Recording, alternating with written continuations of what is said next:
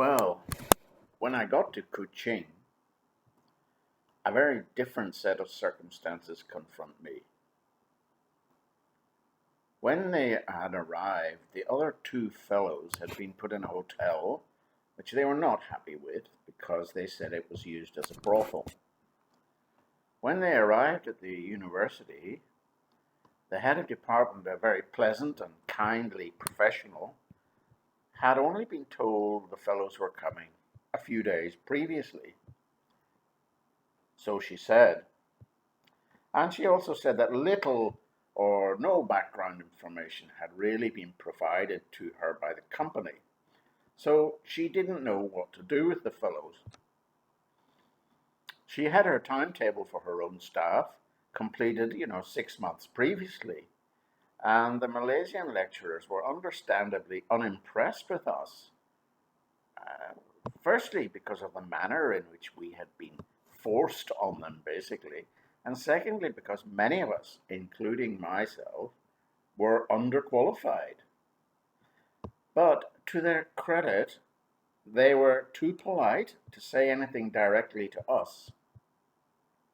As I said previously, one of the fellows had left after 2 weeks. And when I arrived, the other two fellows had been put in a prefabricated hut with a very poor internet connection. And this was well apart physically from the other lecturers. The upshot of this was that the fellows spent their first month doing very little, mostly watching YouTube, in fact. Our routine was as follows: get up at 6 from my apartment, long commute to the university, clock in by 7:30 a.m. The working day was very long. If you were late, the ink color on the clock changed from black to red after 7:30. We then went to our workstation, switched on our computers, and then we piled into our loaned cars from the company and went, along with many of the other local staff, out of the university for breakfast. Because whatever the professional opinion of us was, the local lecturers were extremely hospitable under the circumstances. So we all piled into our cars and went, along with our colleagues, out of the university for breakfast. And this lasted for about an hour or even longer. And we then returned to our workstation for another YouTube session. Then there was lunch for another hour or even longer. And then we returned to workstations for the whole afternoon. And the day ended at 4:30. Now, it sounds like an easy life. It was, actually. But it was also boring, and soon some of the fellows started to show signs of irritation. We received stories of similar scenarios from other fellows around the country. Meanwhile, undeterred, my boss had hired a new leader for the project to replace me. As I suspected, he had decided there needed to be a conference in KL within a couple of weeks. That gave us all some hope, a boost in morale. But the conference was a fiasco. Although the new man did a reasonable job and was a good presenter, it was clear that the objectives of the program were still far too general in most people's minds. And my opinion was that the quality of the fellows was simply not good enough for it to be practical to create an effective program. Within a few months, other training fellows, including another one from Kuching, had left their posts and found other jobs. This upset the boss and the new project leader. I think the local head of department at my university in Kuching was not really unhappy to see another Kuching fellow leave, because it was one less problem for her to deal with. But it soon came clear to me that the objective of the new project leader was not so much to write a comprehensive program and deliver it, but, like our boss, to keep as many fellows in place as possible in order for the MOE to continue to pay the company at the end of each month. To this end, at the beginning of the month, each training fellow was soon required by the company to present a plan to the local head of department in the university of what he or she intended to do for the month. But as to the content, this was left entirely up to the training fellow as to what he would do. Now, for the more experienced training fellows who were a lot of experience in teacher training, this may not have presented a problem, but to most of us who were teachers, it certainly did. In some way, we were supposed to be upgrading the methodology and pedagogy of the local lecturers with our own individual programs, which we were going to make up as we went along. In other words, there was not going to be a coordinated program. Each fellow was going to negotiate what workshops he would do and provide for the HOD.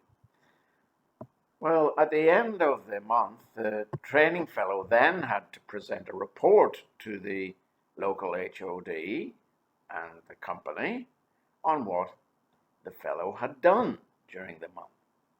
So there was a plan and then a report at the end of the month.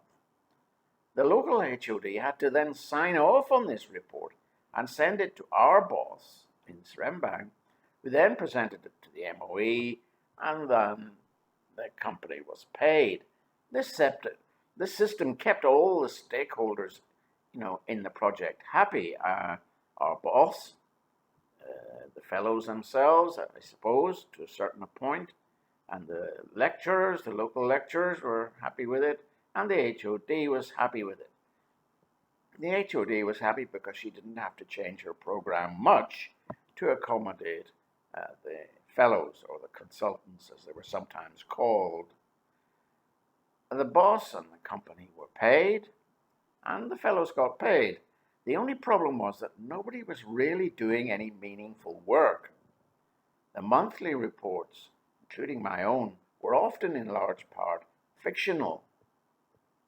I offered a few workshops to the lecturers, which very few attended, on things like teacher and student beliefs about learning and lecturer collaboration. And these were based on my own research interests, but they were hardly cutting-edge contributions. The HOD didn't seem to mind at all. She seemed happy that the fellows basically, as consultants, had really been effectively neutralized. We were to have little or no effect on her methodology or pedagogy, at least in Kuching anyway.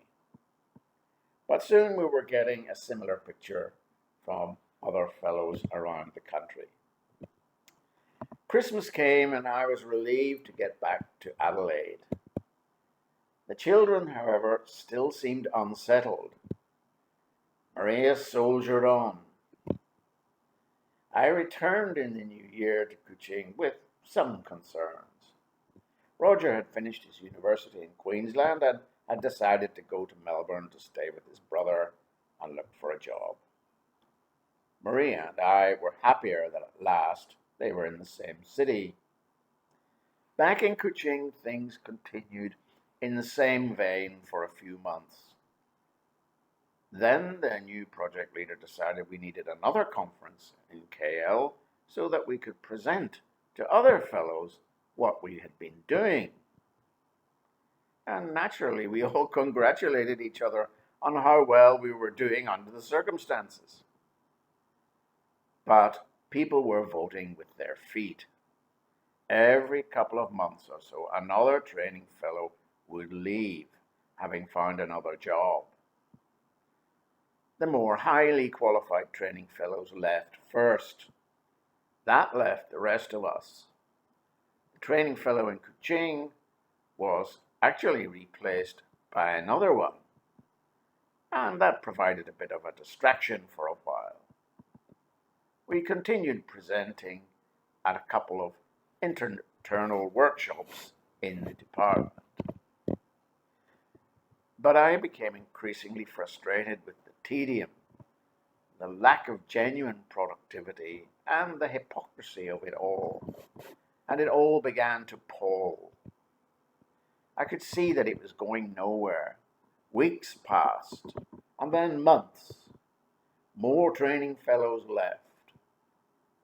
Fellows continued to resign and look for other jobs.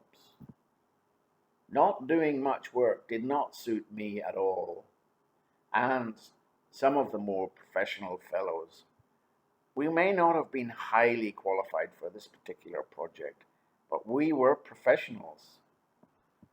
The project manager came to visit us regularly, but we were often disappointed because he encouraged us to keep our head down.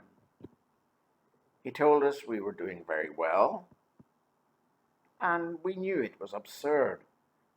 The boss also now appeared to be happy that everyone was in place and the company was getting paid. He also didn't take much interest in what we were actually doing. Nobody really did. At times it was surreal. And finally, events happened which brought things to a head. My younger son was not well in Melbourne, and I flew back to Melbourne on taking some leave, thinking I might be able to help, but I wasn't really as successful as I had hoped. I kept repeating the same mistake. When young people are not happy, sometimes the last person they really want to see is their parents. Anyway, I flew to Adelaide, briefed Maria, and then back to Kuching. The circus continued and showed no signs of changing. People continued to write fictitious monthly plans and reports. Training fellows continued to resign and find other jobs. Soon there were only 6 of the original 15 fellows remaining. Finally, my brother called one day from Ireland to say that Mother had died unexpectedly in her sleep. He wanted to know if I would be attending the funeral. I said I would. It was all very rushed. After the funeral, I took stock of the situation. I thought about the situation for about a week, and I became convinced there was no future for the project and decided I would not go back to Malaysia. During my 12 months in Malaysia, I had listened to many exhortations from colleagues to sit and do nothing and take the money. In the end, I just could not do it any longer. The family continued to be unsettled, and this was an additional factor in my decision. It was the straw which broke the camel's back. I made the same mistake that I made in Abu Dhabi when I left. I thought my presence on the ground in Australia would help improve things. If it was a mistake, well, then it was an honest mistake. It seems ironic to me now, but I genuinely convinced myself that I could improve the situation by going back to Adelaide. In retrospect, I don't think I made much difference. When I got back, all I did was worry about the younger Nixons and fulminate at my inability to improve things. In retrospect, it might have been a mistake to resign. But the reality was, the project was destined to wind up not long later. I was sad because the family was unsettled. They had not found it easy to settle in Australia after so many years in Borneo. Maria was battling away selflessly, doing her utmost to be as helpful as usual. Again, I decided to go back and join Maria and Julie and Adelaide, where I would soon find myself to be unemployable. That is another story.